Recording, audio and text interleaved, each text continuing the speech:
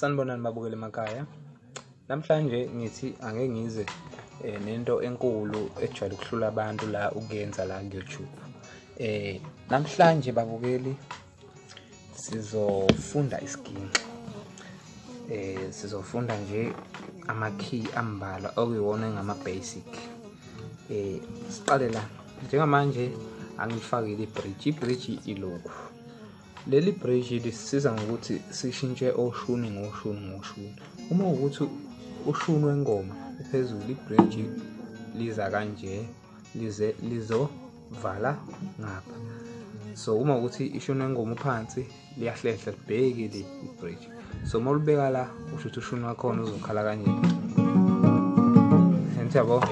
Then masuhlehlisa ulibeka la futhi uzofuna ukukhala ngendlela ehlukile. Njezo sikuyanyuka as umuva ulisa yanyuka umsindo indlela ithone ekhala ngayo.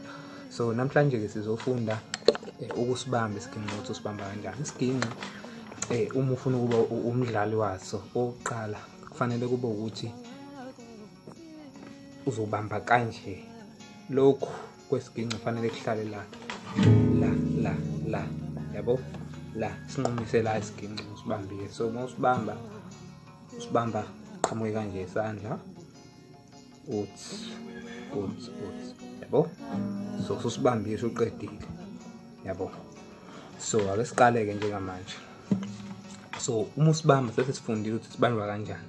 Okay, uma usibamba isiginxi subamba izintambo ke njengamanje ke sifunda ama-key. Mawusubamba izintambo because sesifunda ama-key njengamanje, so uzofundisa ama-key awu-3 okuwona ayi-basic. Ayi-basic nje yokudlala kweziginxi. So i-key yokuqala engizokufundisa yona ile uzofika khona kwi-bar yokuqala ubamba intambo yesibili yabo. Kwi-bar yokuqala ubamba intambo yesibili, kwi-bar yesibili ubambe intambo yes 1 2 3 4 intambo yes4. Kwi-bar yesithathu uzobamba intambo yes5. Ngizophinda futhi. Kwi-bar yokuqala ubamba intambo le yesibili, kwi-bar yesine ubamba, kwi-bar yesibili ubamba intambo yesine. Kwi-bar yesithathu ubamba intambo yesihlanu. Umsindo walapho uzozwakala kanje. Ayikho into etheni ngiyenzayo, ngiyavithiza kuphela. Yabo. Injalo nje. So ebese ikhi yokuqala engifundisa yona yama beginning. So ayisibheke ke la. Ebese uma usuyishintsha le key uzokhuphuka kanye. Okusho ukuthi ngalomunwe lo uzohamba entambeni yokugcina le6. Uhamba kwi-bar yodwa, lo munwe nje uhlezi ugudla la kule bar le yabo. So lo munwe uzohlezi ugudla la kule bar. So uzohamba uze la. Shuthi lona uzonyuka nawo uze kwintambo yesi5. So umunwe lona uza kwintambo yesi6, lona uza kwintambo yesi5. Ake sambeke izohamba ithi qa. Bese ngalo angithi ubamba intambo yesibili la indawukazi udedele. Into ozoyenza la uzoyidedela intambo yesibili. Uyidedele complete, then umsindo walapho uzozala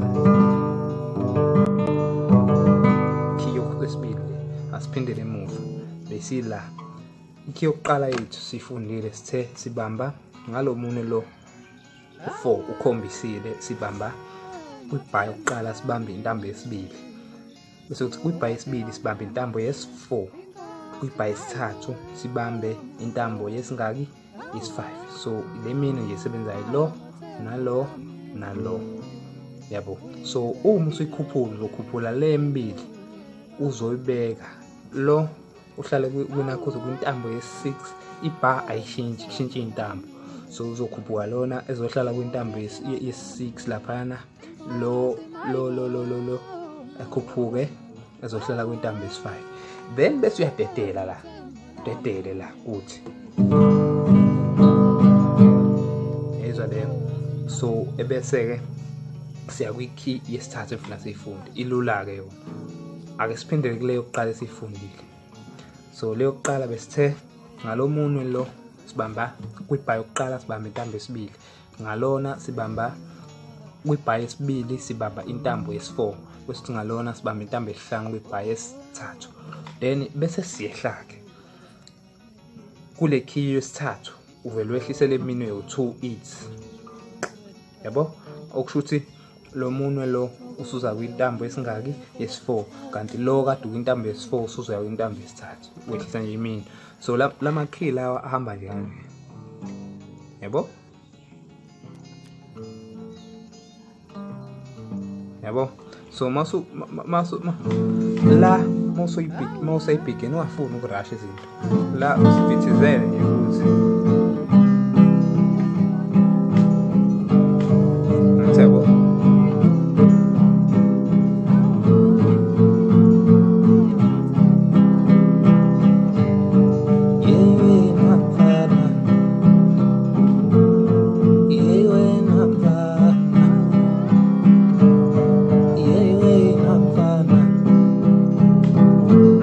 Ilokho nje. Then ingoma ongayidlala la ungasho ukuthi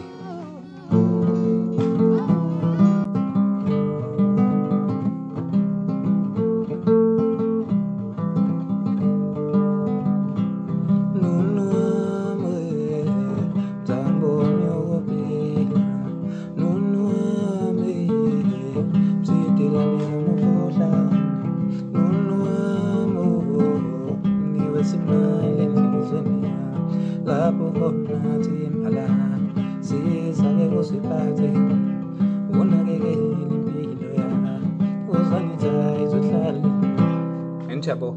So ngokuzayo futhi sizofunda ukusetha isiginci ukuthi sisetha kanjani, but ke indlela elula ukusetha isiginci nje ukudownloada i-guitar tuner kuba lula because iyakutshela yona ukuthi wenza kanjani mangabe usisetha, because into abaningi ebashayayo ekusetheni iginci iyo lento yokusetha isiginci, into abaningi ebashayayo. So ngiyacabanga ukuthi okuningi sikufundile, so nje sifunda ama-key amathathu amabhigini. Ngokuzayo so sesifunda ukuthi